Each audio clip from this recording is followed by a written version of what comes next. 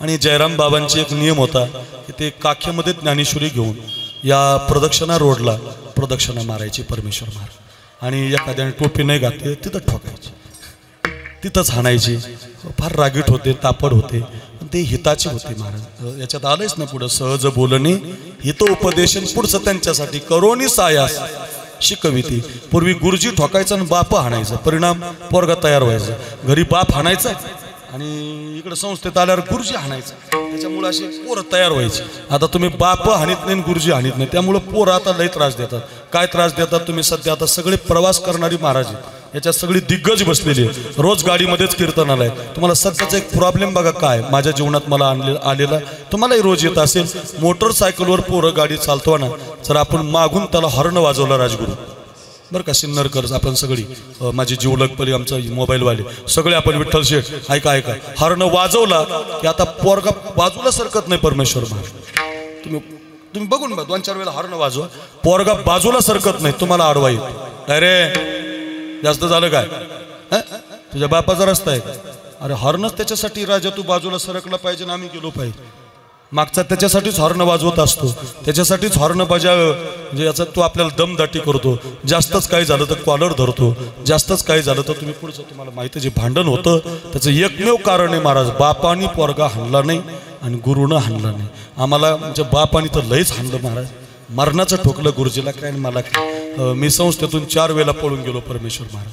घरी गेलं की बाप हाणून काढून द्यायचा, आणि संस्थेत आला आमच्या रखमाजी महाराज तर तोंडात बूट घालूनच हाणायचे, म्हणजे महाराज हाणायचे आणि बाप हाणायचा. परिणाम सिस्टीम लागू नाही लागू काही हो, सण होतं महाराज, ते सण होतं. तुम्ही बघा महाराज, ज्याने मार खाल्लेला आहे का त्याला याचं काही वाटत नाही महाराज, ते सण होतं. सहनशीलता मारल्यानं येत असते. म्हणून फार हे जुने माणसं खरंच महाराज, त्यांचे उपकार आपण फेडू शकत नाही. परमेश्वर महाराज काय दिलं म्हणजे जयराम बाबांचे उपकार फेडतील महाराज. अहो ज्याला आळंदीत सहाराच नाही, ज्याला राहायला जागा नाही, त्यानं पेटी घेऊन सिद्ध बेटात जायचं. कोणत्या जातीतलं आहे, कोणत्या धर्मातलं आहे, कुठून आलाय, मराठवाड्यातून खानदेशातून कुठून, याच्यापैकी बरेच आमचे महाराज मंडळी असतील की आल्यानंतर पेटी घेऊन जयराम बाबांचे सिद्ध बेटात राहिले असतील. कल्पना करा, ते जयराम बाबा अप्रदक्षिणा करता करता काखेमध्ये ज्ञानेश्वरी होती म्हणे, आणि त्या आमच्या गुरुबंधूंनी सांगितलं त्याचा नंबर त्या दिवशी बसा, स्वामीजी बसला. आमच्या औंढा नागनाथ नरसीचे स्वामी आहेत, ते पण फार सुंदर कीर्तनकार आहेत, भविष्यालय गोड सांगतात. नंतर हात दाखवा त्यांना तुमचे झाल्यावर आपले बरं का. ते पण इथं भविष्यकार बरेच आलेत आज, जाता जाता आमचंही सांगा बरं का. ते म्हणाल तुमचं काय चांगलं नाही, अशी मंडळी आहेत. ऐका ऐका काय, आणि मग विठाला विठाला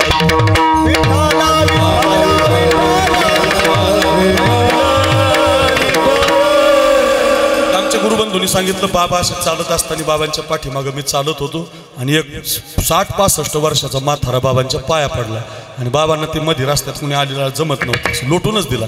जसा लोटून दिला तसं ते म्हातारा म्हटलं, बाबा माझ्या पोरानं मला काढून दिलंय हो, मला लोटू नका. बघा, ज्याला सगळे काढून देतात का त्याला एकच व्यासपीठ जगात सांभाळतात. सगळे म्हटलं बरं, ज्याला कोणी सांभाळत नाही जगात त्याला एकच व्यासपीठ सांभाळतं, ते म्हणजे माझ्या माऊलीची आळंदी. बस म्हणूनच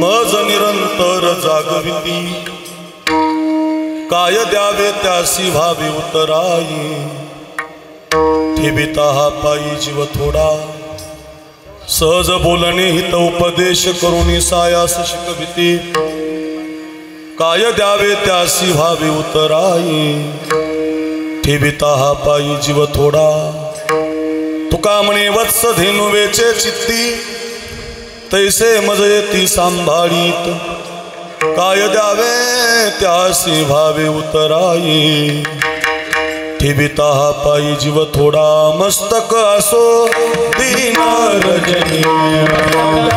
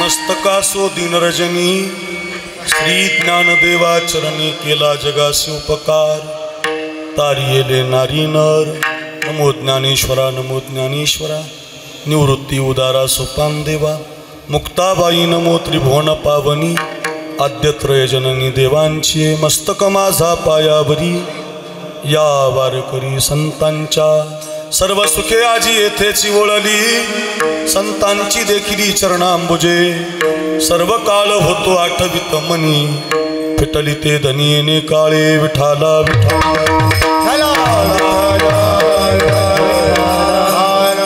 कैलास महाराज आलेत म्हणून बर का श्री गुरुचरण सरोज रजनी जमन मुकुर सुधारी बरन रघुबर बिमल जसो जोदाय कुफलचारी बुद्धिहीन तनु जानिके सुमिरो पवन कुमार बल बुद्धि विद्या देव मोही हरऊ कलेश विकार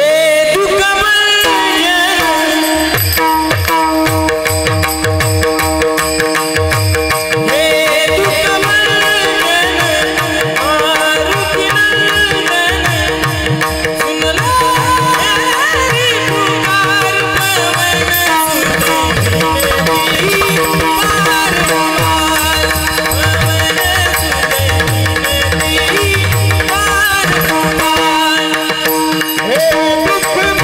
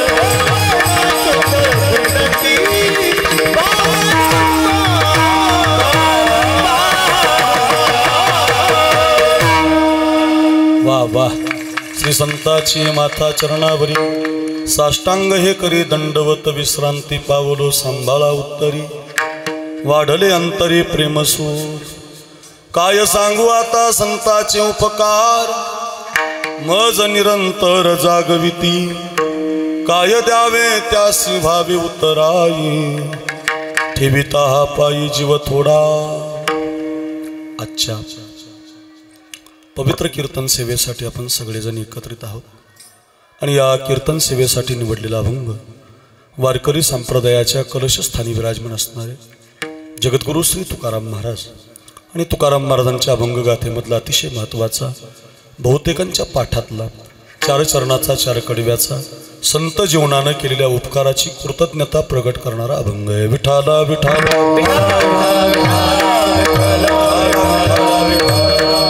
अभंगाच्या जास्त चरणाचा विचार आपण करणार नाही, कारण आपल्याला ज्ञानोबाऱ्यांचा समाधी सोहळ्याचं कीर्तन करायचं। मला गुरुजीने आटच घातलेली आहे की आज तुम्ही दुसरं काही सांगायचंच नाही, तुमच्या आवाजात तुमच्या कंठातून आम्हाला ज्ञानोबाऱ्यांच्या कथा ऐकायच्या आहे अशी आटच मला त्यांनी कीर्तन घेतानाच दिलेली आहे। त्याच्यात त्यांनी अगोदर सांगितलेलंच आहे की समाधी सोहळ्याचं कीर्तन ज्ञानोबाऱ्यांचं अखंड जीवन तुमच्या वाणीद्वारे आम्हाला प्रगटित करावं आणि त्याद्वारे म्हणून संत जीवनाची कृतज्ञता थोडीशी अगदी 10-15 मिनिटांमध्ये सांगून लगेचच आपण ज्ञानोबाऱ्यांच्या चरित्राला आणि 12-12:15 वाजेपर्यंत माऊलींच्या समाधी सोहळ्याच्या कीर्तनाला आपण थांबणार आहोत। सगळ्यांना माहितीच आहे आपण अष्टमीपासून अष्टमी, नवमी, दशमी, एकादशी, द्वादशी आणि आजची त्रयोदशी जवळजवळ 5-6 दिवसापासून श्री क्षेत्र अलंकापुरी म्हणजे आळंदी नगरीमध्ये सगळे महाराष्ट्रातले भाविकजन येत आहात आणि काही येतात काही जातात, पण आज समाधी सोहळ्याला संपूर्ण विमानांची दाटी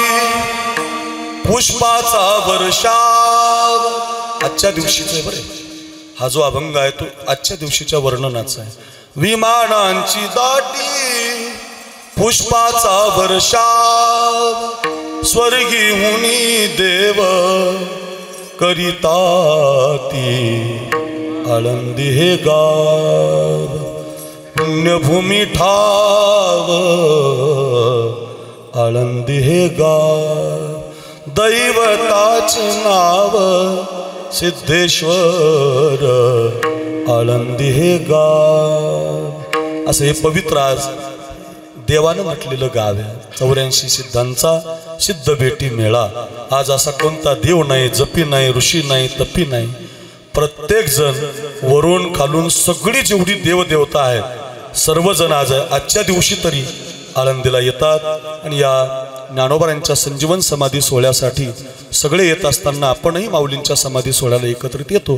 पण प्रत्येक वर्षी यायचो, पण आपल्याला बसायला, कीर्तनाला, थांबायला, अन्नदानाला, पंक्तीला जागा नसायची आणि त्यामुळं गेल्या वर्षी मी आमचे आदरणीय एकनाथ महाराज प्रासादिक वारकरी शिक्षण संस्था श्री क्षेत्र पैठण 1996 साली 96 असेल ना गुरुजी 95 1997 साली गुरुजी पैठणला शिकायला आले होते। पैठण तालुक्यामध्ये रहाटगाव नावाचं त्यांचं मूळ गाव आहे आणि तिथून रमेश महाराज पैठणला गुरुवरे रखमाजी महाराज नवले, गुरुवरे कृष्णाजी महाराज नवले यांच्याकडे शिकण्यासाठी आले। जोग महाराजांची एक फांदी म्हणजे आमची संस्था आहे पैठणची। जोग महाराजांची जी संस्था आहे त्याच्याच परंपरेमध्ये गुरुवरे मोठे महाराजही शिकले आणि त्यानंतर गुरुवरे आमचे कृष्णाजी अण्णा पण शिकले आणि जोग महाराजांचीच परंपरा त्यांनी आता जवळजवळ 40 वर्ष संस्थेला त्या पूर्ण होत आहे। परंपरा तशीच आहे, पाटे काकडा विद्यार्थ्यांचं शिक्षण, जशी जोग महाराजांची परंपरा तशीच परंपरा आणि त्या परंपरेला आमच्या महाराजांचं आता वय 75च्या पुढे गेलंय, पण तरी सुद्धा ती टिकवलेली अजूनही ते विद्यार्थ्यांचे त्याच वेळात मृदंगाचे, गायनाचे, अध्यात्माचे, विचारसागर, पंचदशी, ज्ञानेश्वरी याचे पाठ घेतात आणि त्या संस्थेमध्ये गुरुजी 1997 साली आले आणि मी 1998ला गेलो। मी माझ्या अगोदर गुरुजी गेले, मी गेल्यानंतर गुरुजींना चांगलं धोतर त्यावेळेला नेसता येत होतं, ते नेमकं शिकायला लागले होते आणि मी गेल्यावर मला काही धोतर येत नव्हतं। गुरुजीने पहिलं धोतर माझ्या जीवनात मला घातलं बरं का, रमेश महाराजांनी पहिलं धोतर, कारण ते लहान होते सगळ्यात तिथं, मी त्यांच्याकडे गेलो, बा मी नवीन आलोय, मग त्यांनी मला ते धोतर नेसलं, ते घातलं, म्हटलं असं तुला शिकावं लागेल आता। आणि तेव्हापासून जे दोघं जण आम्ही मित्र झालो, तर बघा आत्तापर्यंत दोघांची तशीच मैत्री तसंच शक्यत्व आहे. आणि त्यामुळं अगदी तिथून प्रवास सुरू झाला. त्यांनी मग तिथं आमच्या गुरुवारी अण्णांकडे पकवास शिकता शिकता महाराजांचा आशीर्वाद घेता घेता एवढा तयार पकावच केला की त्या काळात आमच्या ढोक महाराजांची कीर्तनं, त्या काळामध्ये मग जेवढी विद्वान कीर्तनकार असतील त्यांची कीर्तनं फक्त वाजवायला आमचे रमेश महाराज गोरे गुरुजीच असायचे. त्यांचा हात, त्यांची ती चपळाई, त्यांचं धीरधीरकत तुम्ही आता वाजवलं ना, फार भारी वाजवायचे महाराज. आणि मग ते कीर्तनं वाजवता वाजवता महाराष्ट्रभर त्यांचं नाव झालं त्या काळामध्ये, या मच्छिंद्र बाब. आणि मग ते नाव झाल्यानंतर पुढच्या शिक्षणासाठी गुरुवर्य महाराजांनी अण्णांनी त्यांना श्री क्षेत्र आळंदीला पाठवलं. इथं आल्यानंतर शांतीब्रह्म मारुती बाबांचा आशीर्वाद त्यांना लाभला, गुरुवर्य मारुती बाबांचा आशीर्वाद लाभला. आणि इथं शिक्षण घेता घेता पंडित दासोपंत स्वामी असतील, अनेक गुरुवर्यांकडे त्यांनी शिक्षण घेतलं. आणि ते शिक्षण पूर्ण झाल्यानंतर 2003 साली त्यांनी मृदंगाची सेवा करायला सुरुवात केली. आणि विद्यार्थ्यांना आपल्या जीवनातला हा मृदंग देण्याचं काम रमेश महाराज गोरे गुरुजींनी निस्वार्थपणाने केलं. अगोदर आपल्या सगळ्यांचे गुरुवारी वैकुंठवासी जोग महाराज संस्थेचे पांडुरंग महाराज वैद्य बाबा हे फ्री क्लासेस घ्यायचे, म्हणजे विद्यार्थ्याला फीस नाही, कोणी फीस द्यायची नाही, क्लासला जायचं. देवीदास धर्मशाळेमध्ये बाबा क्लास घ्यायचे. बाबांच्या नंतर ती परंपरा अशोक महाराज गुरुवरेच आहेत, ते पण पांचाळ गुरुजी यांनी चालवली. त्यानंतर ती परंपरा एकनाथ महाराज कोष्टे आले, दासोपंत स्वामी आले. त्याच्यानंतर ती परंपरा विद्यार्थ्यांकडून फीस न घेता, कोणत्या धर्माचा आहे, कोणत्या जातीचा आहे, कोणत्या कुळातला आहे, कोणत्या गावाहून आलाय, कोणत्या संस्थेतून आलाय, माझ्या गावचा आहे का, माझ्या परिसरातला आहे का, माझा जवळचा आहे का, याचा विचार न करता 2003 पासून जो विद्यार्थी सकाळी 7ला येईल त्याला दुपारी 12 वाजेपर्यंत दिनेश महाराज मृदंगाचे बोल देण्याचं काम रमेश महाराज गोरे गुरुजी यांनी केलं. आणि 2003 ते 2025 आता उजडल 2024, आता 25 लागेलच एक महिन्यात, असे एवढा प्रवास झाला. आणि 25 वर्षाचा प्रवास, 22-23 वर्षाचा प्रवास विद्यार्थ्यांना पकावं शिकवता शिकवता गेला. आणि 2024 साली मागच्या महिन्यात आमचे महेश पंडित बसले तिथं, हे फार मोठे भविष्यकार आहेत. त्यांच्या आई वडिलांचा ज्यावेळेला सोहळा केला होता त्यावेळेला मीच तिथं आईबद्दल व्याख्यान केलं होतं, मला आठवतं एक 5-10 वर्षापूर्वी. आणि फार ज्योतिष फार तयार आहे, सगळे महात्मे त्यांच्याकडे येतात, विचारतात, त्यांना ते त्याचा अभ्यास त्यांनी केलेला आहे भविष्यदर पुराणाचा. आणि त्याद्वारे महेश पंडित सरांचं जे मोठं कार्य आहे पिंपरी चिंचवडमध्ये, त्याद्वारे यावर्षी गुरुजींना हा मृदंगरत्न म्हणजे समाज मृदंगरत्न पुरस्कार त्यांनी मृदंगाची सेवा केल्यामुळं यावर्षी प्राप्त झाला. म्हणून मी थोडंसं त्या पुरस्काराच्या बाबतीत बोलत होतो. आणि मग त्याद्वारे त्यांना तो पुरस्कार मिळाला. असे विद्यार्थी घडत गेले. आता आमचे कृष्णा महाराज राऊत आहेत, संतोष महाराज वनवे शास्त्री आहेत, ही जी मुलं आहेत ती गुरुजींकडेच राहायला होती. आज महाराष्ट्रभर ती कीर्तनं करतात, गायन करतात, मृदंग वाजवतात, अशी खूप आहेत. एक एकावन्न बळी राहते. याच्यात बसलेल्यापैकी आता आमचे रामेश्वर महाराज भवर गुरुजींकडे होते, आमचे पांगरे महाराज गुरुजींकडे होते, तयार झाले. महाराष्ट्रामध्ये असे हजारो विद्यार्थी गुरुजींच्या दालनातून तयार झाले. फार छोट्या रूममध्ये राहायचे, खापरी धर्मशाळेमध्ये, पोरांना बसायला जागा नसायची. पण त्या कालखंडात स्वतःच्या रहाट गावून काहीच न आणणारा आमचा रमेश महाराज आता ही 5 मजली बिल्डिंग उभी राहिली. माऊलींची कृपा झाली त्यांच्यावर आणि त्या विद्यार्थ्यांची सेवा फळाला आली. आणि 20-25 वर्ष कष्टातून जीवन कष्टमय घालता घालता यावर्षी खरं ते राहायला आले नाही. आतापर्यंत भाड्यानेच राहत होते. आणि मग आता त्यानंतर इथं रिकामी जागा आहे, माझं घर झालंय, तर त्यासमोर आता आपल्या झालेल्या सेवेची कृतज्ञता म्हणून ज्ञानोबांची सेवा आपल्याला घडली पाहिजे असा एक उद्देश गेल्या वर्षी त्यांच्या मनामध्ये आला. आणि त्या निमित्तानं आपल्या संस्थानला एक चांगला कार्यक्रम आपल्या फडावरती, हा फड माझा नाही, हा फड आपल्या सगळ्या गुरुबंधूचा असला पाहिजे. गायक, वादक, कीर्तनकार, प्रवचनकार, तबला सम्राट अशी सगळी मंडळी आपल्या फडावरती येऊन गेली पाहिजे. कोणी भजनाची सेवा, कोणी कीर्तनाची सेवा, कोणी अन्नदानाची सेवा, कोणी चटई उचलण्याची सेवा, प्रत्येकाच्या वाट्याला ती सेवा आली पाहिजे. आणि त्याद्वारे माझ्या ज्ञानोबांच्या उपकाराच्या कृतज्ञतेतून कसं प्रगट होता येईल याचा एक मानस गुरुजींच्या मनामध्ये आला. आणि गेल्या वर्षी सप्ताहाला आम्ही उभं केलं. गेल्या वर्षीचा सप्ताह एवढा गाजला की सगळ्या आळंदीला तो माहिती पडला की निवांत फड आहे. गाजण्याचं कारण एवढंच, निवांत फड आहे, जास्त किलबिल नाही, एकमेकाचे आवाज एकत्रित येत नाहीत. फडं फार मोठाले पण एकमेकाच्या आवाजामुळे तिथं लोक ऐकायला त्यांना कानावरती मिळत नाही. मग त्याद्वारे आम्ही ते नियोजन केलं. त्याच्यासाठी सिस्टीम लागते. आता एवढी गोड सिस्टीम म्हटलं की ते म्हटलं मग तुम्हीच बघा. ते त्यांनी माझ्याकडेच घालून दिलं सगळे. ते म्हटले आता तुम्ही महाराष्ट्रभर फिरता, तुम्हीच बघा. मग महाराष्ट्रातला 1 नंबरचा सिस्टीम आम्ही शोधली. आमचा सुनील शोधला. सुनील म्हणजे गायक, वादक, कीर्तनकाराचा आवडीचा. साऊंड फुटला तरी चालेल पण आवाज कमी करणार नाही. आपल्याला लोकांना म्हणावं लागतं दे बाबा आवाज, दे बाबा गेम. दे बाबा मास्टर, त्याला म्हणायची गरज नाही. तो मग मी काय त्याला म्हटलं जरा कमी राहायला पाहिजे रे आवाज. तो म्हटलं बाबा साऊंड फुटला तरी चालेल पण आवाज मी काय कमी करणार नाही. असा दिलदार मनाचा आमचा सुनील राजी झाला गेल्या वर्षी आणि त्यानं वचनच दिलं मला बाबा शेवटच्या श्वासापर्यंत मी दुसऱ्या तिसऱ्या फळावर जाणारच नाही. रमेश महाराजांना अक्रूर बाबा यांच्याकडेच मी राहणार म्हणजे वचनच दिलं त्यानं मला गेल्या वर्षी. तो जाऊ शकत नाही कुठं आता बरं का. पण असे अगदी वचन देऊन त्याने आम्हाला पण ते म्हटलं बाबा हे दक्षिणाचं म्हटलं मी दक्षिणा देणार. अक्रूर महाराज तुझी दक्षिणा देणार आणि आळंदीत 2-4 हजार कमी नाही 2-4 हजार जास्त देणार काळजीच करू नको. तो 35 म्हणला तर 40 देणार, तो 50 म्हटला तर 55 देणार, काळजीच करू नको म्हटलं. पण सिस्टीम काही दुसरीकडे जाऊ नको अशी विनंती करून गेल्या वर्षी त्याला आणलं. एवढे नाही देणार लगेच हे करू नको बरं का. म्हणजे असं अगदी त्या पद्धतीनं आमचा सुनील राजी झाला. मंडप त्यानं सगळी व्यवस्था आम्हाला दिली आणि मग तो कार्यक्रम ठरला. आता इथं काय सगळी कीर्तनं झाली. महाराज काय रात्री ते अमृत महाराजांनी कीर्तन केलं. महाराज मला माझ्या जीवनामध्ये रात्री असं वाटलं की खरंच ते अजून म्हातारे झालेच नाहीत होते, म्हातारे झालेच नाहीत महाराज. ते अमृत बाबा रात्री बोलताना 3 तास कीर्तन केलं. 6:30ला कीर्तन सुरू झालं, 6:15ला 6:30 ते 9:10 ते बोलत होते महाराज. एवढा वेळ कीर्तन केलं आम्ही. त्यानंतर लबडे महाराजांच्या फळावर कीर्तनाच्या मिटिंगला गेलो. संत आमची मिटिंग होती त्यावेळेला तिथं गेल्यावर अमृत महाराज म्हटल्यावर मी एवढं कीर्तन करत नाही पण त्या जागेवर त्या सिस्टीमवर त्या फळावर मला काही वेगळाच आनंद मिळाला रे. म्हणजे ही जागाच आता ज्ञानोबारायांनी पवित्र केली गुरुजी. त्यामुळे इथं रंगदेवता आहे. इथं अक्रूर महाराजाचं आणावं गेलं, रंगदेवता आणावं गेलं, कैलास पाणी गायलं तर असं काही नाही. इथं रंगदेवता निर्माण झालेली आहे. असं व्यासपीठ तयार झालं गेल्या वर्षीच्या पुण्याईनं आणि त्यामुळे अगदी सगळी कीर्तनकार सगळी गायक वादक आपल्या मनानं फोन न करता आमंत्रण न देता सगळे आमच्या गुरुजींच्या फळावर यायला लागले. आपलाच फळ आहे महाराज. त्या संबंधातून आपण सगळेजण येत आहे. आता एखाद्याचं नाव घेतलं तर एखाद्याचं याच्यात राहण्याची शक्यता आहे. मला तसं आता राहिलेल्या कीर्तनात मी हळूहळू घेत राहील पण तरी सुद्धा आता वेळ जाईल आपला त्याच्यामध्ये आपल्याला पुढे जायचं आहे. पण अगदी सगळ्यांनी तो सप्ताह झेलून धरला.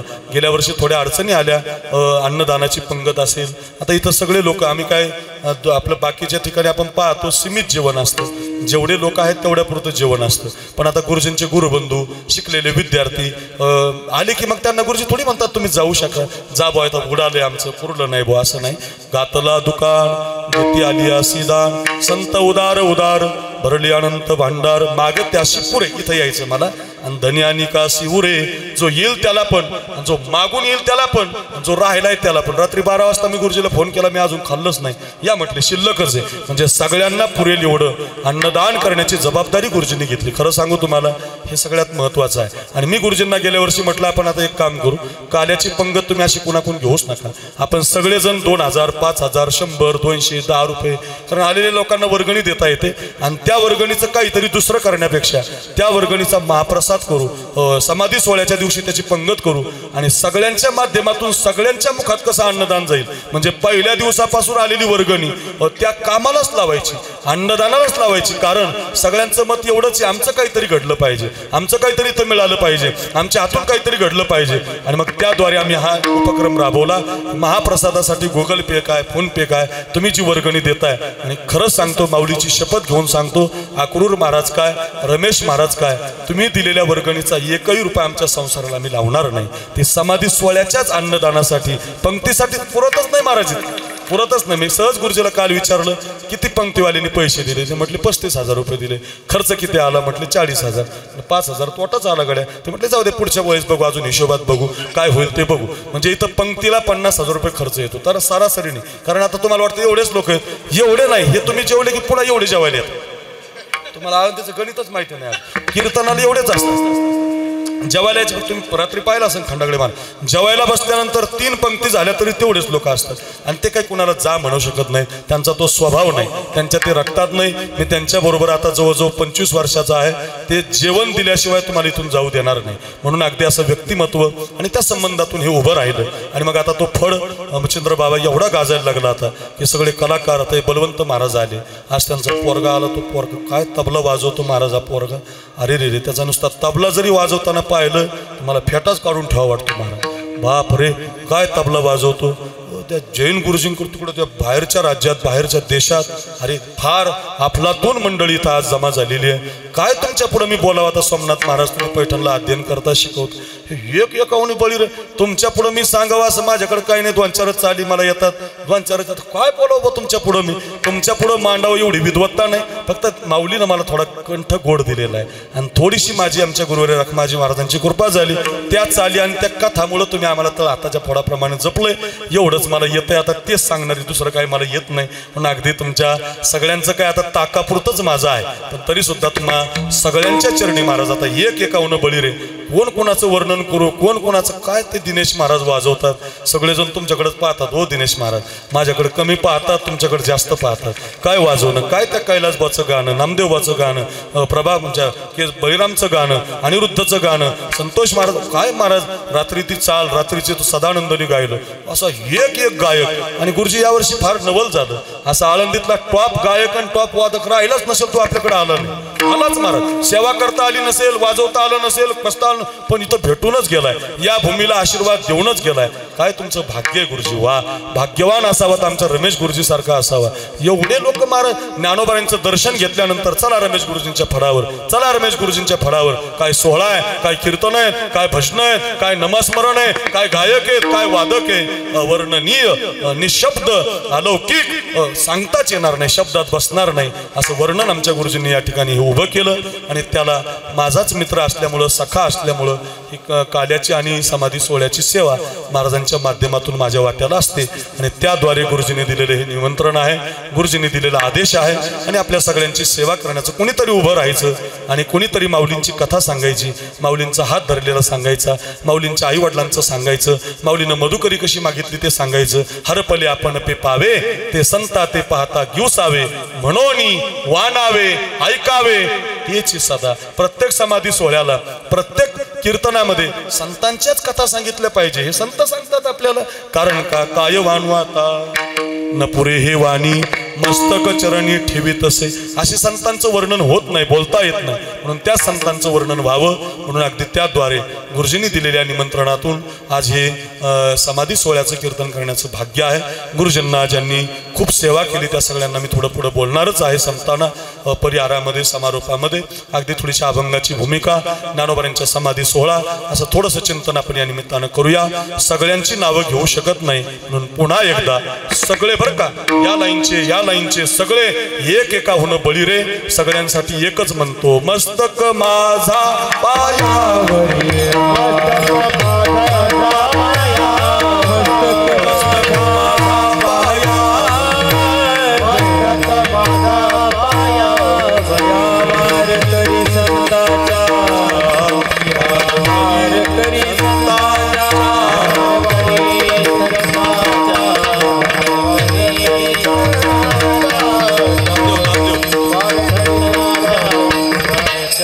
संताचा मस्तक माझा पायावर,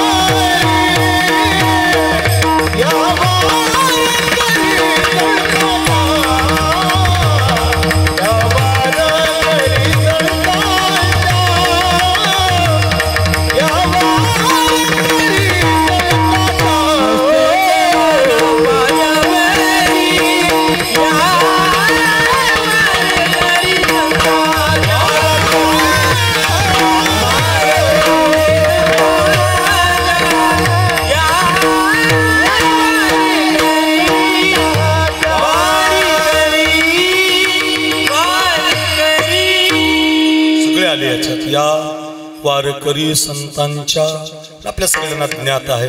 या संप्रदायामध्ये कीर्तन करत असताना अभंग निवडला की त्याचं चिंतन सांगावं लागतं. आपल्या सगळ्याला ज्ञात आहे या सजीव सृष्टीमध्ये सोमनाथ बाबा खूप लोक उपकार करणारे आहेत, खूप आहेत, पण सगळे आपण सांगू शकत नाही एका कीर्तनात. उपकाराचे काही सुभाषितानं वर्णन केले. परोपकाराय वहंती नद्या, या देशातली गंगा उपकार करते, या देशातली गंगा उपकार करते आपल्यावरती. का पीडित पापतात पोखित त्रीचे पादप, समुद्रा जायाप गंगेचे जैसे, वाचे म्हणता गंगा गंगा, वाचे म्हणता गंगा गंगा, सकळ दोष जाती भंगा, सकळ दोष जाती भंगा, दृष्टी पडता ब्रह्मगिरी, दृष्टी पडता ब्रह्मगिरी. ही जी चाल आहे ते आमचे गुरुवर्य रखमाजी महाराज नवले यांची चाल. जसा अभंग गंगा जशी वाहते तशीच चाल महाराज. कशी वाहते वाची म्हणता गंगा गंगा सकळ दोष जाती भंगा. सकळ दोष जाती भंगा दृष्टी पडता ब्रह्मगिरी. डाकणे बाबा या चालीतच तिचा अर्थ कळतो. काय पूर्वीची संतांची आपल्या परंपरा आहे सोमनाथ महाराज. चालीसहितच अर्थ कळायचा. मग किती गोड बघा तुम्ही. वाचन नुसतं हो धर्मशाळेतच आहेत फ्रूटवालेमध्ये कारवा धर्मशाळेत नाही इंद्रायणीला जाता आलं आणि तिथलं गार पाणी आपण अंगावर घेताना गंगा गोदावरी नर्मदा का म्हणजे याचा अर्थ असा जाऊ नका घेऊ नका. अर्थ असा गेलंच पाहिजे पण नाही जाता आलं थंडीचं तुम्हाला जमत नाही शरीराला तर नुसतं गार पाणी घेताना सुद्धा गंगा गोदावरी नर्मदा कावेरी तुमची जी आवडीची कोणत्याही गंगेचं नाव घेतलं बलवंत बाबा खरंच सांगतो गुरुजी नामदेवराय म्हणतात सकळ दोष जाती भंगा. कोणतंच दोष कोणतं पाप तुमच्या जीवनामध्ये गंगा ठेवत नाही. किती उपकार आहे गंगेचा. परोपकाराय वहंती नद्या सुभाषित वर्णन करतं. गंगा उपकार करते. उपकारासाठी जन्माला आली बरं का. नुसती आंघोळ नुसती म्हटल्यावर उपकार करत नाही. डोळ्यानं जरी पाहिलं अवघीच तीर्थे घडती एक वेळा चंद्रभागा डोळा देखलिया ते चिकडं लावायचं. सकळही तीर्थे घडती एक वेळा इंद्रायणी डोळा देखलिया. तुम्ही गंगेला पाहिलं तरी तुमच्या सगळ्या तीर्थाचं दर्शन घडवते. नाथ महाराज भागवतात म्हणतात धूत पाप्याचा उगाडा ती परम पवित्र गंगा जाणा. अनंत पाप्याचं पाप गंगा तुमच्या जीवनामध्ये स्नान केल्यावर ठेवत नाही. परोपकाराय वहंती नद्या विकासराव उपकारासाठी गंगा आली. चला 2 नंबर परोपकाराय दोहंते गावा. हा बरेच जण इथं बसले गोशाळेचे मालक आहेत. आमच्या आळेफाट्याच्या फेमदारा गावाहून आमच्या आनंदा शेठची सगळी 10-20 जणांची टीमच आज आली आणि आता यावर्षी इथं आले. पुढच्या वर्षी एकादशीपासूनच यायचं तुम्ही सगळ्यांनी 10 जण. नुसतं यायचं नाही पंक्ती फिंक्ती द्यायची आम्हाला इथं सेवा करू लागायची. नुसतं यायचं नाही. राजगुरू गेल्या वर्षी तुम्ही आले या वर्षी म्हटले महाराज धरा मदत. देवा आले गेल्या वर्षी या वर्षी धरा मदत. तुम्ही आता आलेले आमचे सगळे दाजी लय आले तर इथं मी पुढं सांगत असते तुम्हाला तसं जाऊ देणारच नाही. मी माझ्या गळ्यात नुसतं हार घालू देणार नाही. हार घालता घालता पंगत चटई पिठे आम्हाला देऊनच जा. तसं जाऊ नका. न जाऊ देणारच महाराज मी काळजी करू देऊ नका. गुरुजी मग मुगच काला ठेवतात काय गुरुजी माझं. मी काय साधा आहे का. मी त्यांना सोडूच देणार नाही असं. हे काही स्वार्थासाठी नाही. हे आपल्यासाठी सगळे आले पाहिजे. सगळ्यांच्या पोटात गेलं पाहिजे. हा त्याच्या मागचा दुसरा दृष्टिकोनच नाही. दृष्टिकोन एकच आहे तुम्ही आम्ही खेळी मिळी गदारुळी आनंद एकल्याचा नवे खेळ म्हणून मेळ जमविला. अर्थ काय परोपकाराय. गोशाळा चालवणारी भरपूर महाराज आहेत. गाईला चारा देतात. कीर्तनात त्यांचं वर्णन करतात. किंबहुना कृषीजीने गोधने राखुनी वर्तने गोशाळा सांगतात. गाईची सेवा करतात. अहो गाईला राज्यमाता दर्जा दिला ना. राज्यमाता दर्जा दिला आणि गाईचा आशीर्वाद लागला त्यांना. आपला नाही लागला गाईचा लागला. गाईचा राजकारण नाही सांगत नाही तर म्हणतात तुम्ही त्यांचे का असं काही नाही. ऐका ऐका गाईला राज्यमाता दर्जा दिला सोमनाथ महाराज गणेश महाराज गजानन बाबा रघु महाराज. गाईला पवार सर गाईला गोमातेचा गाईचा राज्यमाता म्हणून दर्जा दिला. गाईचा आशीर्वाद लागला. सरकार आलं त्यांचं आमदार आले त्यांचे. अर्थ असा आहे मी कशासाठी सांगतो परोपकाराय दोहंती. ती उपकार करते. गाय आपल्याला दूध देते. गाय आपल्याला शेण देते आणि गाय मेल्यानंतर कातड सुद्धा देते. उपकार करते आपल्यावरती. गंगा उपकार करते. गाय सुद्धा उपकार करते. चला परोपकाराय फलंती वृक्षा. झाडं उपकार करतात. आपल्याला ऑक्सिजन देतात. आपल्याला फळं देतात. परोपकाराय. आणखी पुढे सांगू या परमेश्वर बाबा दत्ता महाराज या. ऐका ऐका काय सांग उपकार करतात. झाडं उपकार करतात. परोपकाराय फलंती. फलंती म्हणजे फळं देतात आपल्याला. मोसंबी देतात आंबे देतात द्राक्षे देतात. फळं देणारे झाडं आहेत. पुढे सांगू नुसता झाडच नाही उपकार करत माणसं सुद्धा उपकारासाठी जन्माला आलेली आहेत बरं का. नका घालू दूध जयामध्ये सार ताकाचे उपकार तरी करा. ताकाचे उपकार तरी करा. नेदा तरी हे हो नका देऊ अन्न. नेदा तरी हे हो नका देऊ अन्न. नेदा तरी हे हो नका देऊ अन्न. फुकाचे जीवन तरी पाजा. फुकाचे जीवन तरी पाजा. तरी पाजा तरी पाणी तरी द्या. कामने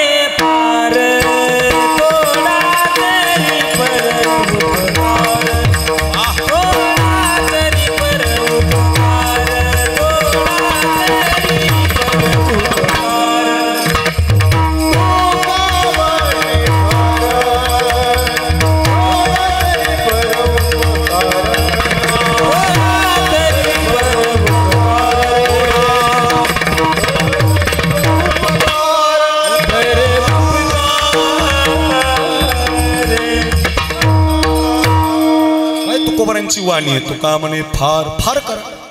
तसा फार करता येत असेल तर एकट्याने पंगत घ्या, नाही एकट्याला घेता येत तर 5-6 जणात मिळून थोडा तरी 50,000 एकट्याला देता येत नाहीत, मग आपण 5 जण करू, 10 नाही 5-5 करू, पण सगळ्यांनी मिळून थोडा तरी. परोपकार का? माणसाचा जन्म उपकारासाठी. परोपकाराय इदम शरीरम. जशी गंगा उपकार करते, बघा बघा, झाड उपकार करतं, जशी गाय उपकार करते, तसं माणसं सुद्धा उपकारासाठी जन्माला आली. महाराज हे पण कळालं. सूर्यनारायण उपकार करतो. सूर्याधिष्ठिली प्राची जगारा निवदे प्रकाशाची. जगाला प्रकाश देतो. व बघा तो जर उगवला नाही तर प्रकाश मिळणार नाही. सूर्यनारायण उपकार करतो, झाड उपकार करते, गंगा उपकार करते, गाय उपकार करते, माणसं उपकार करतात. कळलं महाराज. पण ऐका, खरंच सांगतो, गंगा उपकार करते पण निरंतर करत नाही, सदैव करत, कायम करत नाही. मग गंगेचं पाणी आटलं, दुष्काळ पडला, पाऊस जर झाला नाही परमेश्वर महाराज दत्ता बाबा, तर कदाचित ती गंगा तिचं पाणी आटल्यावर तुम्हाला उपकार करू शकत नाही. तुमच्या शेतीला, तुम्हाला प्यायला, तुमच्या उद्धाराला ती पाणी देऊ शकत नाही. ती जर आटली तर तिचा उपकार करते, पण नित्य ती उपकार करू शकत नाही. म्हणून तिच्यासाठी गात्यात अभंग नाही. काय सांगू आता गंगेचे उपकार नाहीच. का नाही? कारण ती निरंतर उपकार करत नाही, सदैव उपकार करत नाही. चला पुढे चला. गाय उपकार करते. बळीराम ढाकणे बाबा काय उपकार करते? गाय दूध देते, शेण देते, मेल्यानंतर कातड सुद्धा देते. गुरुवर्य संजय महाराज पाचपूर बाबा 2 तास गायीबद्दल कीर्तन करतात, सेवा करतात. आपण त्यांचे ऐकतो, गातो. अर्थ असा आहे की त्या गायीचं वर्णन केलंय, पण तिच्यासाठी गात्यात अभंग नाही. काय सांगू आता गायीचे उपकार का नाही? त्याचं कारण, दूध जर आटलं तिचं तर तिचाही उपकार निरंतर ठरत नाही, म्हणून तिचाही उपकार निरंतर नाही. झाडं फळ देतात आपल्याला, पण तुम्हाला आता आंबा खायचा म्हटलं तर माझा भेटेल, स्लाईस भेटेल, पण तुम्हाला आंबा भेटणार नाही. आंबा चैत्रात अक्षय तृतीयेला मिळेल. म्हणजे झाडं उपकार करतात पण निरंतर नाही. माणसं उपकार करतात पण या वर्षी पंगत देतात, पुढच्या वर्षी गुरुजी आमची ताकद नाही म्हणतात.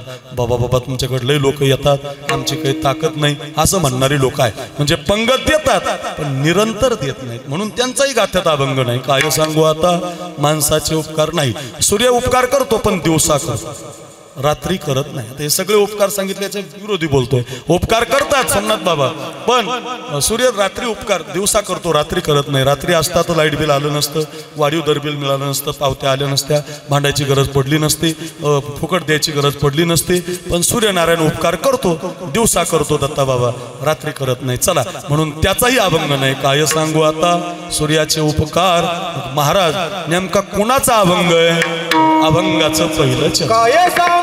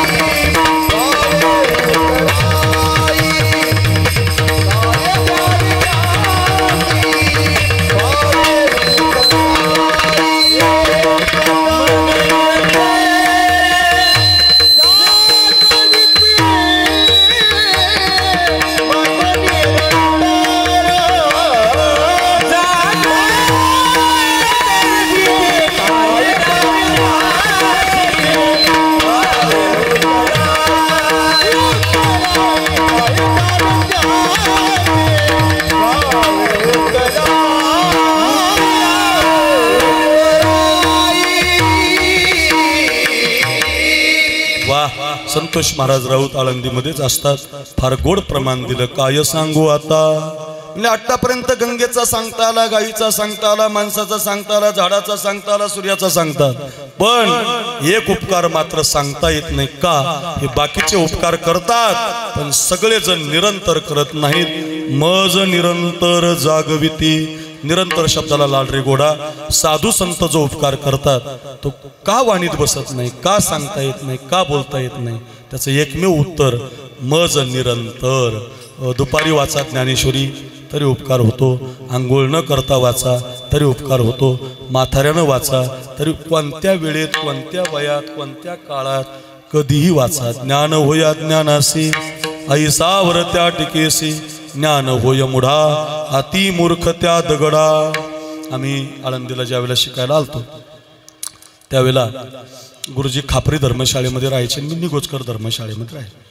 तर ते निगोजकर धर्मशाळेमध्ये राहत असताना माझा एक गुरुबंधू जयराम बाबांकडे राहायला होता सिद्धबेटामध्ये. वैकुंठवासी गुरुनाम गुरु जयराम बाबा. रात्री अमृत महाराजांनी खूप वर्णन केलं त्यांचं, की काय सिद्धबेटाची ताकद होती जयराम बाबांची. खूप सुंदर सांगितलं, आपण सगळ्यांनी ते रात्री ऐकलेलं आहे. आणि जयराम बाबांची एक नियम होता की ते काखेमध्ये ज्ञानेश्वरी घेऊन या प्रदक्षिणा रोडला प्रदक्षिणा मारायची परमेश्वर महाराज. आणि एखाद्याने टोपी नाही घातली तिथं ठोकायची, तिथंच हाणायची. फार रागीट होते, तापड होते, पण ते हिताचे होते महाराज. याच्यात आलंच ना पुढं, सहज बोलणे हित उपदेशन, पुढचं त्यांच्यासाठी करोनी सायास शिकविती. पूर्वी गुरुजी ठोकायचं आणि बाप हाणायचं, परिणाम पोरगा तयार व्हायचा. घरी बाप हाणायचा आणि इकडे संस्थेत आल्यावर गुरुजी हाणायचं, त्याच्यामुळे असे पोरं तयार व्हायची. आता तुम्ही बाप हाणीत नाही, गुरुजी हाणीत नाही, त्यामुळे पोरं आता लय त्रास देतात. काय त्रास देतात तुम्ही सध्या, आता सगळे प्रवास करणारी महाराज आहेत, याच्यात सगळी दिग्गज बसलेली आहे, रोज गाडीमध्येच कीर्तनाला आहे. तुम्हाला सध्याचा एक प्रॉब्लेम बघा काय माझ्या जीवनात मला आलेला, तुम्हालाही रोज येत असेल.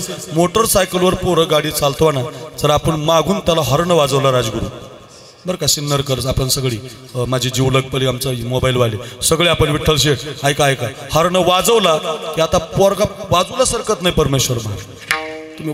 तुम्ही बघून बघा, 2-4 वेळेला हॉर्न वाजवा, पोरगा बाजूला सरकत नाही, तुम्हाला अडवा येईल.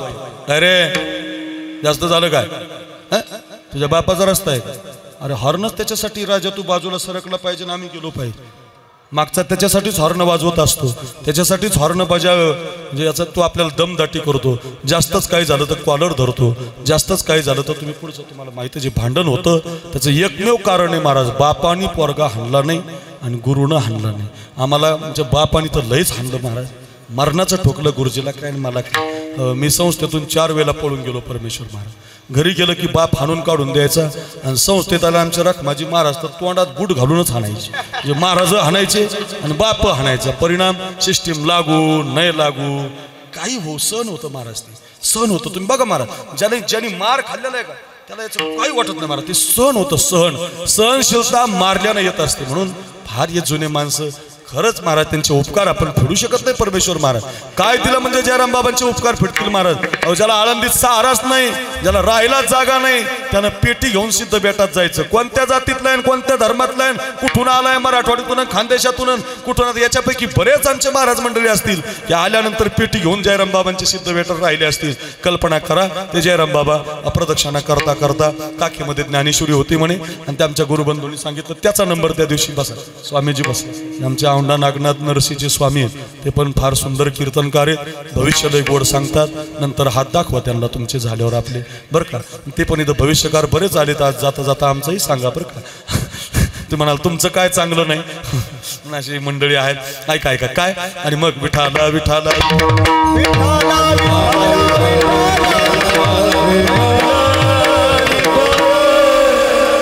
गुरुबंधूंनी सांगितलं. बाबा असं चालत असताना बाबांच्या पाठीमागं मी चालत होतो, आणि एक 60-65 वर्षाचा म्हातारा बाबांच्या पाया पडला, आणि बाबांना ते मध्ये रस्त्यात कुणी आलेला जमत नव्हतं, लोटूनच दिला.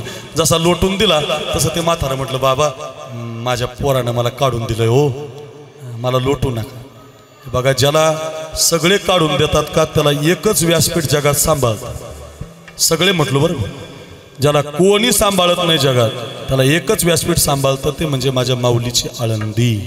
बस म्हणूनच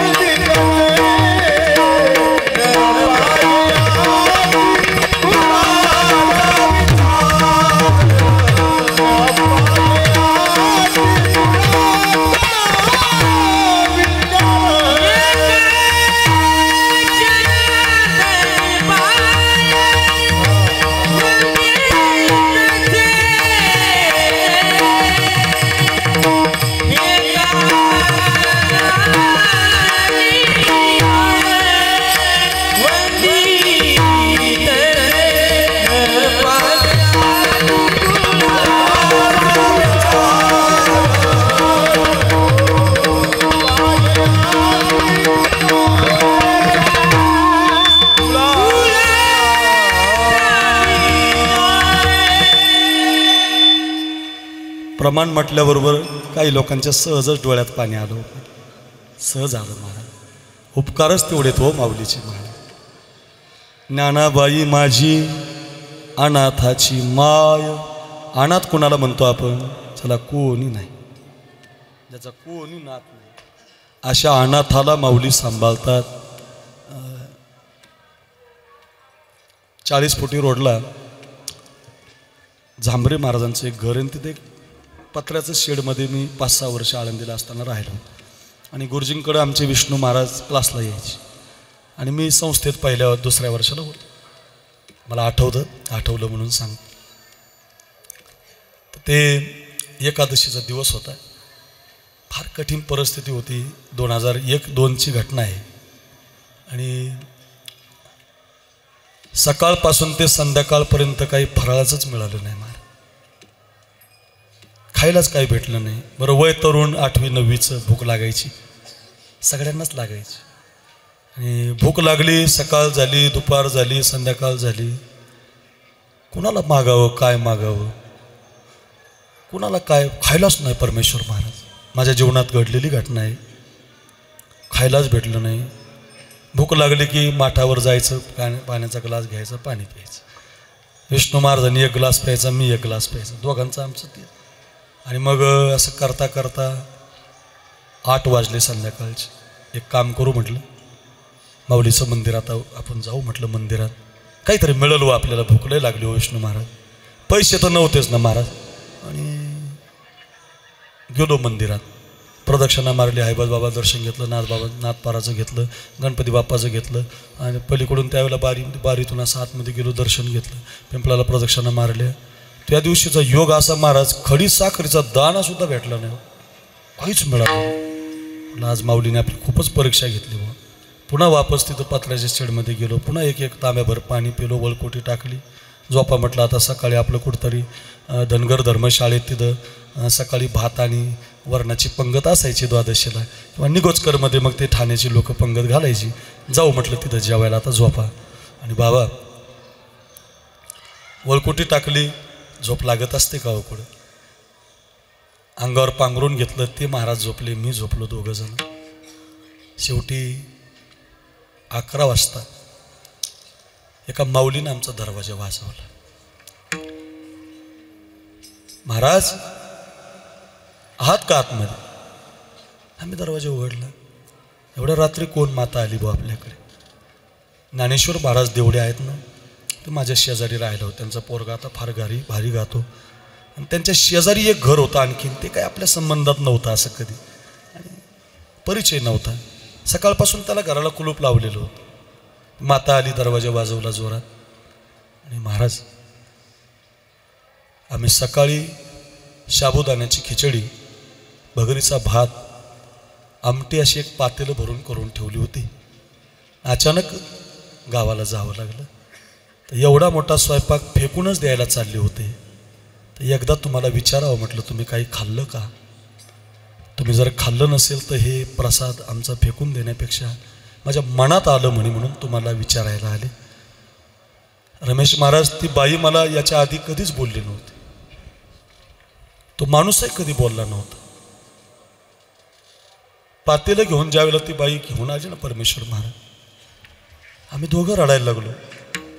विष्णू महाराज रडायला लागले, मी रडायला लागलो. आमच्या मनात आलं बुवा, कुठून या माऊलीच्या मनात संकल्प गेला, कुठून कसं झालं असेल. आम्हाला तर भुका लागले, आमच्या पोटात लाही झाली.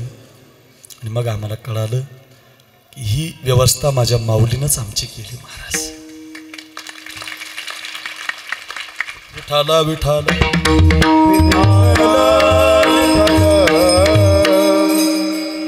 त्यावेळेसच कळालं, ज्ञानाबाई माझी अनाथाची माय. हे माझ्या बाबतीत नाही, हे तुमच्या सगळ्यांच्या बाबतीत घडले. हे मी माझं सांगितलंय, प्रत्येकाला आलेलं आहे अनुभव आहे. इथं बसलेल्या जी आळंदीत 10 वर्ष 15 वर्ष राहील त्यांना हे अनुभवलेलं आहे. का? ज्ञानोबाराय अनाथाची माय आहेत. चला, हो, किती उपकार सांगण्याचा प्रयत्न केला, किती बोलण्याचा प्रयत्न केला, तर ते मज निरंतर. आणि मग ते प्रदक्षिणा मारत होते बाबा. म्हटले, बाबा आम्हाला काढून दिलंय.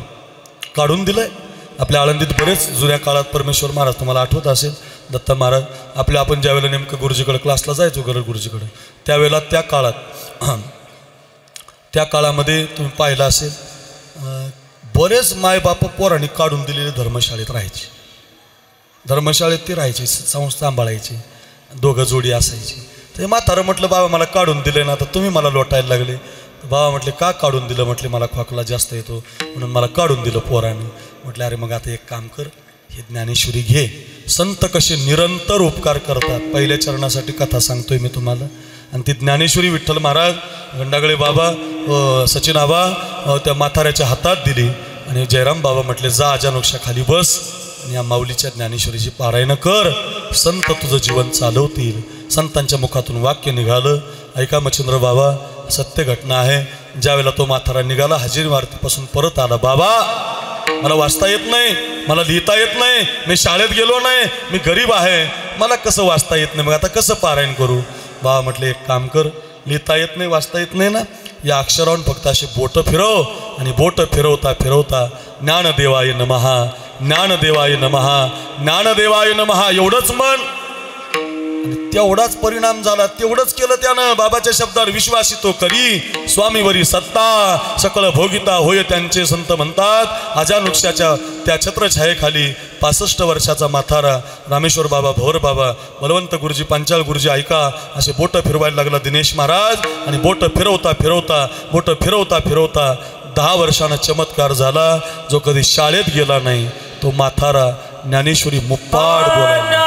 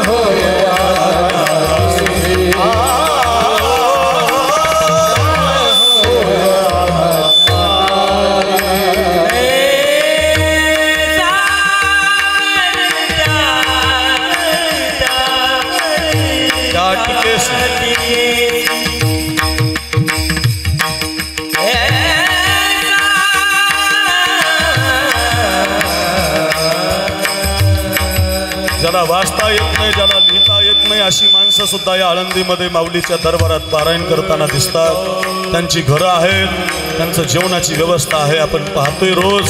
एकमेव कारण आहे मज निरंतर जागविती.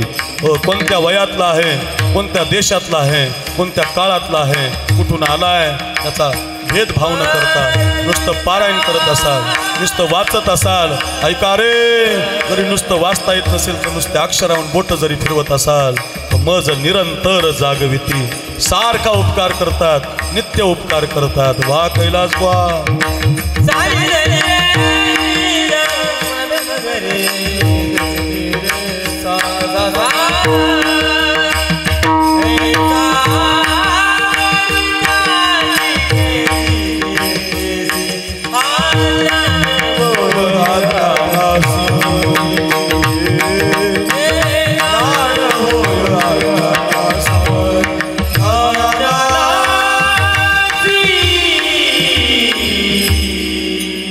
वा वा. ज्ञान होय अज्ञानासी ऐसा. पुढचं फार महत्वाचं. ज्ञान होय मुढा. वाचता येत नाही असा.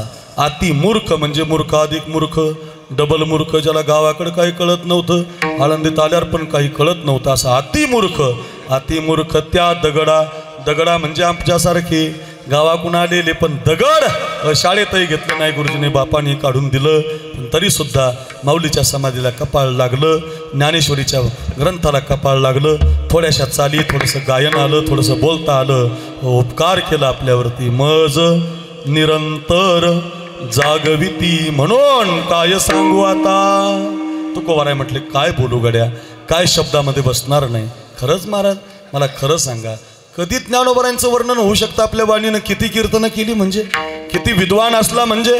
अहो फार मंडळी मोठी मोठी होऊन गेली आळंदीत. आज आज आहेत पण नाही गड्या शब्दामध्ये मांडता येणार नाही, बोलता येणार नाही, एवढंच म्हणावं लागेल.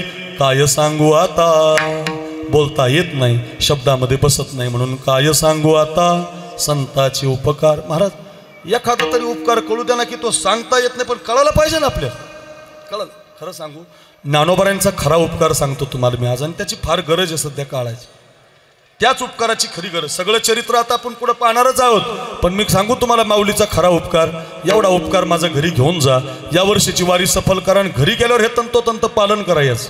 कीर्तनकारासहित, गायक वादकासहित सगळ्यांना सांगतो, याचं पालन जर आपण करत असाल ना, यावर्षी माऊली आपल्याला आशीर्वाद देतील. बघा दरवर्षी देतात पण यावर्षी जरा जास्त भक्कम देतील. काय करावं लागेल ऐका. ज्ञानोबारांचा खरा उपकार सांगतो, पुढे विषय येणारच आहे. माऊलीचा खरा उपकार असा आहे मच्छिंद्र बाबा, ज्यावेळेला माऊली पहिल्यांदा पंढरीला गेली, पहिल्यांदा निवृत्तीनाथ महाराज, सोपान काका तीर्थयात्रा करून आल्यानंतर, तीर्थयात्रा करून आले आणि त्यानंतर ज्ञानोबाराय पंढरीला ज्यावेळेला गेले, सगळे संत ओळखीचे झाले होते ज्ञानोबारांच्या. आणि ज्यावेळेला ज्ञानोबाराय गेले पंढरी, माझ्या मनीची आवडी पंढरपुरानी नगुडी, तेव्हापासून राजगुरू अजूनही जातात बरं. तेव्हा जे गेले पंढरपूरला इथून चालत सासवड मार्गे, आपण नीरा मार्गे, जेजुरी मार्गे, व या मुक्कामानं जसे गेले तसे अजूनही जातात लोक. काय ताकद आहे बघा.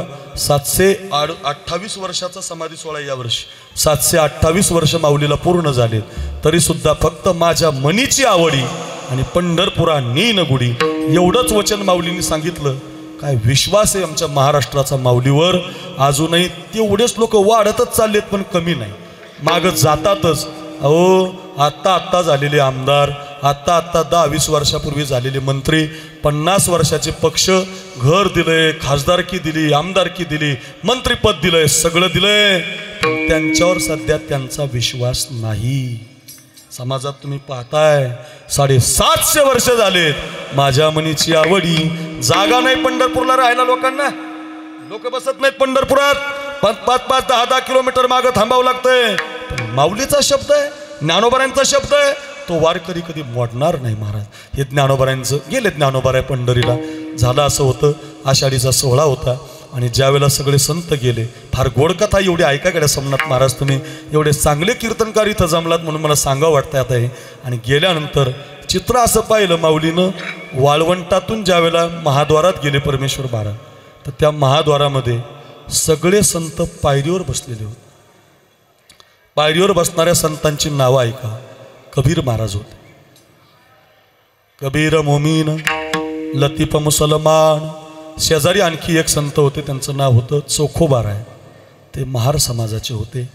त्याच्या खाली आणखीन एक संत होत्या जनाबाई महाराज, त्यांची जात अजून कोणालाच माहिती नाही. एवढे ग्रंथ वाचले मी, जनाबाईचं चरित्र सांगतो मी कीर्तनात जनाबाई महाराजांचं, पण अजून मला जात माहिती नाही, अजून पुढं वर्णन नाही आलं. काही अभंगात आले प्रकर्षानं पण शब्द नाही आहेत. जनाबाईला जात माहिती नाही. आणि त्याच्या खालच्या पायरीवर एक कानोपात्रा नावाची मुलगी होती, तिला बाप माहिती नाही, एका वेश्येची मुलगी. सगळ्या संतांच्या कथा तुम्ही यूट्यूबला माझ्या ऐकू शकता, आता वेळ नाही आपल्याला. एका पायरीवर कबीर महाराज आहेत. मी माऊलींचा खरा उपकार सांगतोय बघा, आपल्यासाठी आत्ताच्या काळात फार गरजेचा, सगळ्यांनी सांभाळायसारखा आणि सगळ्यांनी एकमेकाला धरून कसं चालावं असा उपकार संतांनी कसा केलाय. फार विचित्र वातावरण झालंय महाराष्ट्रात. आमचाच पाहिजे, आमचाच पाहिजे, नको नको नको, आमचा म्हणून माती व्हायला लागली. आमचा असेल तर आमचे 2 घ्या, बाकीचे 4 घ्या, अशी म्हणण्याची भूमिका आपल्याला आता करावी लागेल. जर तुम्ही ते थांबवलं नाही, तुम्ही जर ते रोखलं, ती जबाबदारी आपल्यावर आहे, तर मग आपल्या संप्रदायाचं थोड्या दिवसानं आपल्याला असं जातीवादामध्ये गेलेलं दिसेल, ते बाजूला करायचं आहे आपल्याला. आणि तेच ज्ञानोबा आहेत खरे. ज्ञानोबारांनी या जगात काही नाही, सगळ्यात मोठी एवढीच क्रांती केली, न पाहे याती कुळाचा विचार.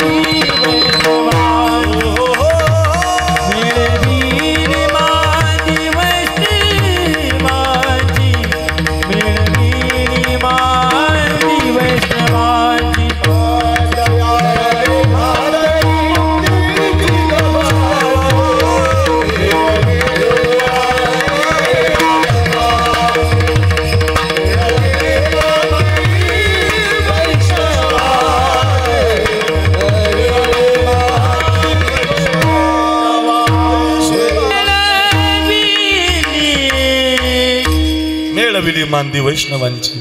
पुढं विषय येणारच आहे. अर्थ असा झाला, हे संत बसलेले दिसले सोमनाथ महाराज. संतांचं असं झालं होतं, नामदेवरायचं कीर्तन रावळात चालू होतं, पण कबीर महाराजांना मंदिरात टाळ घेऊ देत नव्हते, चोखोबारायांना मंदिरात येऊ देत नव्हते, कानोपात्रीला सुद्धा मंदिरात येऊ देत नव्हते, चोखोबारायला तर अजिबात नाही. माऊलीनं विचारणा केली, का हो कबीर महाराज, तुमचे तर शेले विणतो म्हणे भगवान, आम्ही काशीला आलो होतो ना, तुमचे शेले विणतो म्हणे भगवान. का हो चोखोबाराय, तुमचे तर ढोरं ओढतो म्हणे भगवान. का ग जनाबाई, तुझ्याबरोबर तर देव दळू लागतो म्हणे. का ग कानोपात्रे, तुझ्या गोड चालीमध्ये देव डुलतो म्हणे. एवढं गोड भजन करणारे तुम्ही आहात, मंदिराच्या पायरीवर का बसलात? सगळ्या संतांनी ज्ञानोबारायांना प्रार्थना केली, हात जोडले. माऊली, तुम्ही जरी वयाने लहान असाल तर तुम्ही ज्ञानमूर्ती आहात, तुम्ही विश्वाचे ज्ञान आहात, म्हणून तुमच्याजवळ सांगतो माऊली, आम्हाला मंदिरात येऊ दिलं जात नाही, आम्हाला मंदिरात बसू दिलं जात नाही.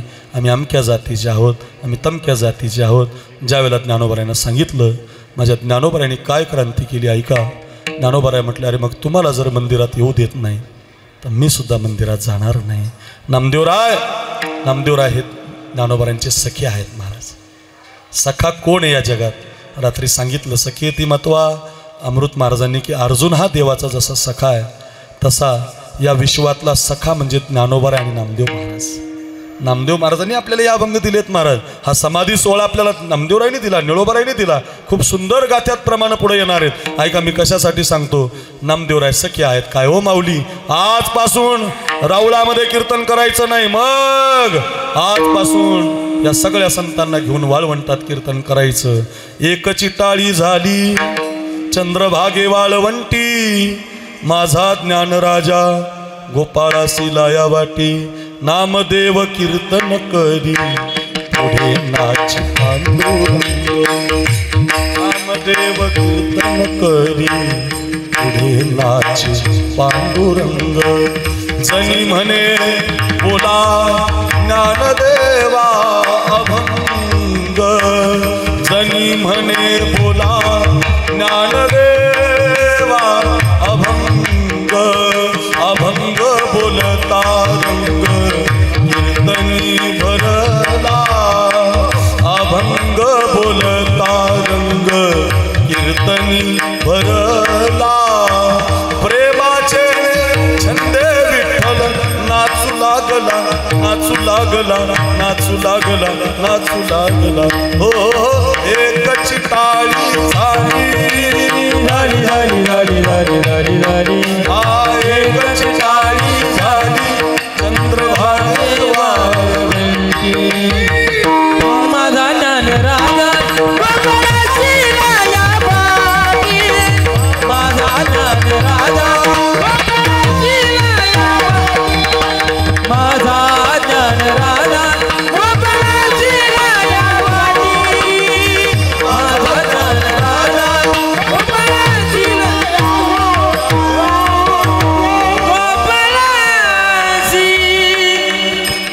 प्रसिद्ध वैरागकर गुरुजींची ठेवणे बघाय. आम्ही आळंदीला आलो का, ती 4 जुगलबंदीची कॅसेट आलती त्यांची, त्याच्यात बघा त्यांनी गायलेलं आहे बघा. मी फार जुना महाराज, काळजीच करू नका, मी तुमच्यात राहिलो, यांच्यात राहिलो, नवीन पिढीत बी आहे, मी सोडित नाही मी सगळ्याला. अर्थ एवढाच आहे, फार जुना आहे महाराज. नामदेव कीर्तन करी पुढे नाच पांडुरंग, नामदेव कीर्तन करी पुढे नाच पांडुरंग. जनी म्हणे बोला ज्ञानदेवा अभंग, जनी म्हणे बोला ज्ञानदेवा अभंग. अभंग बोलता रंग कीर्तनी भरला. कीर्तनात रंग अभंगानं भरत असतो, कीर्तनात रंग डबल चालीनं भरत असतो. कीर्तनात रंग असा नृत्य हे आमचा तुकाराम महाराजासारखाच बघा, एक कसा मस्त रंग भरवतोय. कैलास बा, नामदेव बा, परमेश्वर बा हे डबल चाली लावतात, रंग भरतात कीर्तनात. ही आपली परंपरा आहे. कोण म्हणतं रंग भरता येत नाही? मस्त गायलं पाहिजे, मस्त वाजवलं पाहिजे, सगळ्या गायकाने मिळून गायलं पाहिजे. काय काय काय अभंग बोलता रंग कीर्तनी भरला. प्रेमाचे छंदे विठ्ठल नाचू लागला, नाचू लागला, नाचू लागला. हो एकच टाळी झाली झाली झाली झाली झाली झाली. हा एकच टाळी झाली चंद्रभागे वाळवंटी. माझा ज्ञान राजा गोपाळाची लाया बाजी माझा ज्ञान राजा गोपाळाची लाया बाजी माझा ज्ञान राजा गोपाळाची लाया बाजी माझा ज्ञान राजा गोपाळाची लाया बाजी लाया बाजी लाया बाजी माझा ज्ञान राजा गोपाळाचे लायावा. असा मस्त अभंग आहे बघा.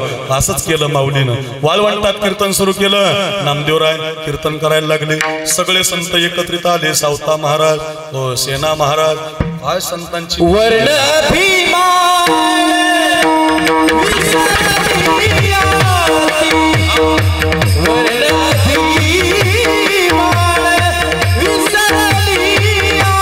वर्ण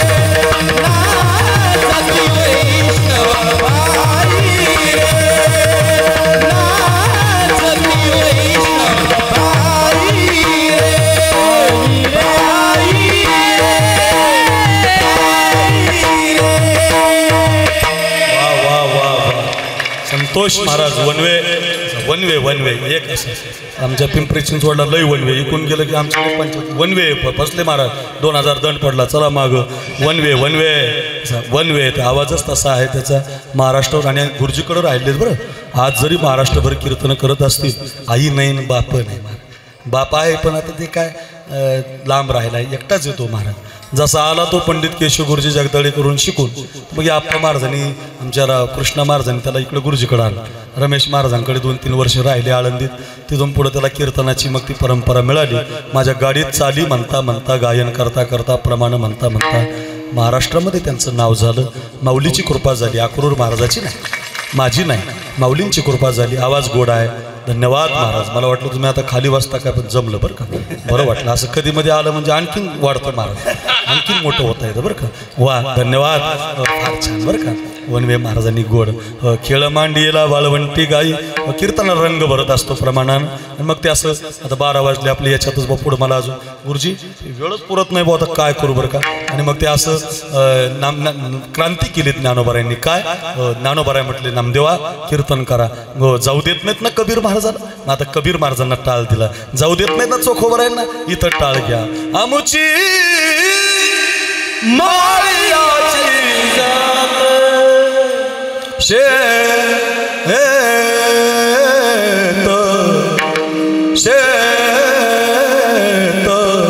लावू बागाईत लावू बागाईत लावू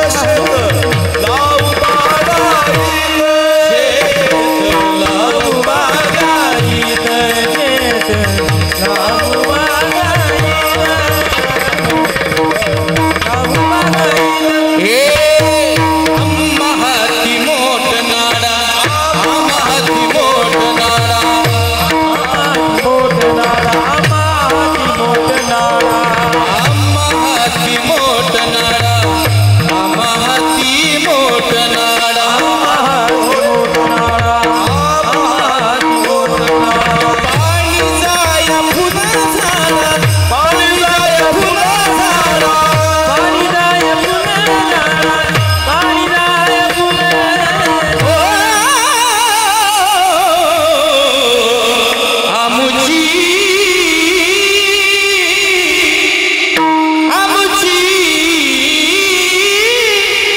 आमुची माळियाची जात शेत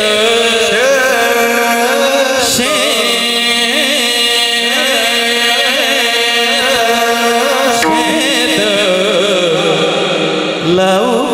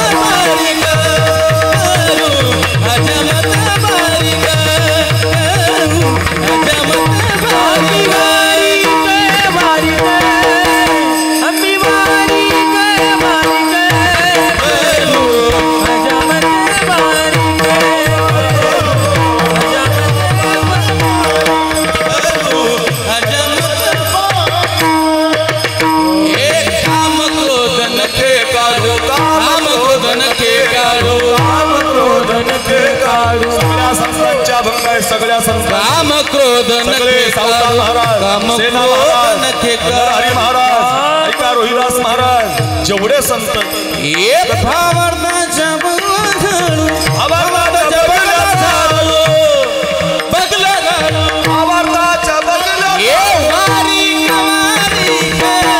आम्ही वारी कवारी करू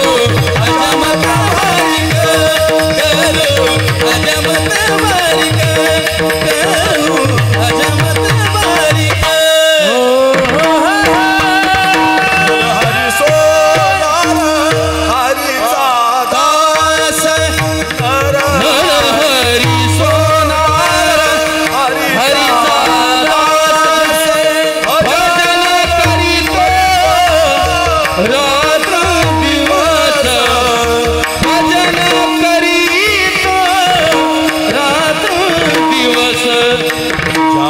तुझ्या नामाचा व्यवहार देवा रे देवा तुझा मी सोनार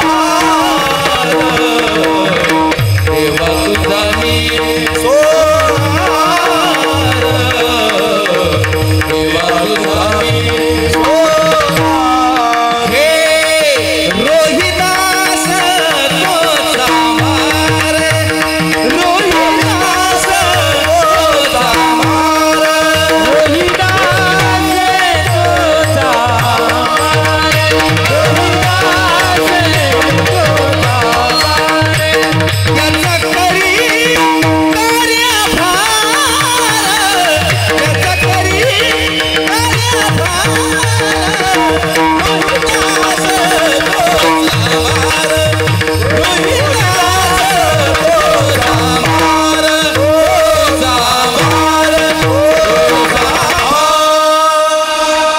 संत आहेत बघा सगळे सगळे सावता महाराज आहेत सेना महाराज आहेत मेळविली मांदी वैष्णवांची सगळ्यांचे अभंग शेवटचा सांगू अवघा रंग एक झाला रंगी रंगला रंगी रंगला रंगी रंगला रंगी रंगला रंगी रंगला रंगी रंगला रंगी रंगला रंगी रंगला रंगी रंगला रंगी रंगला रंगी रंगला रंगी रंगला रंगी रंगला श्रीरंग अवघा रंग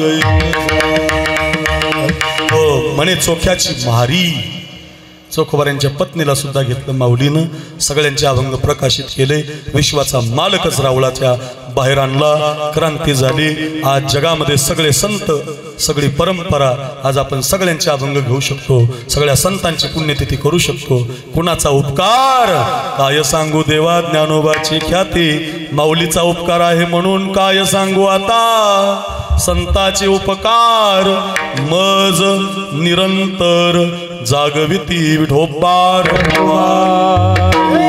हो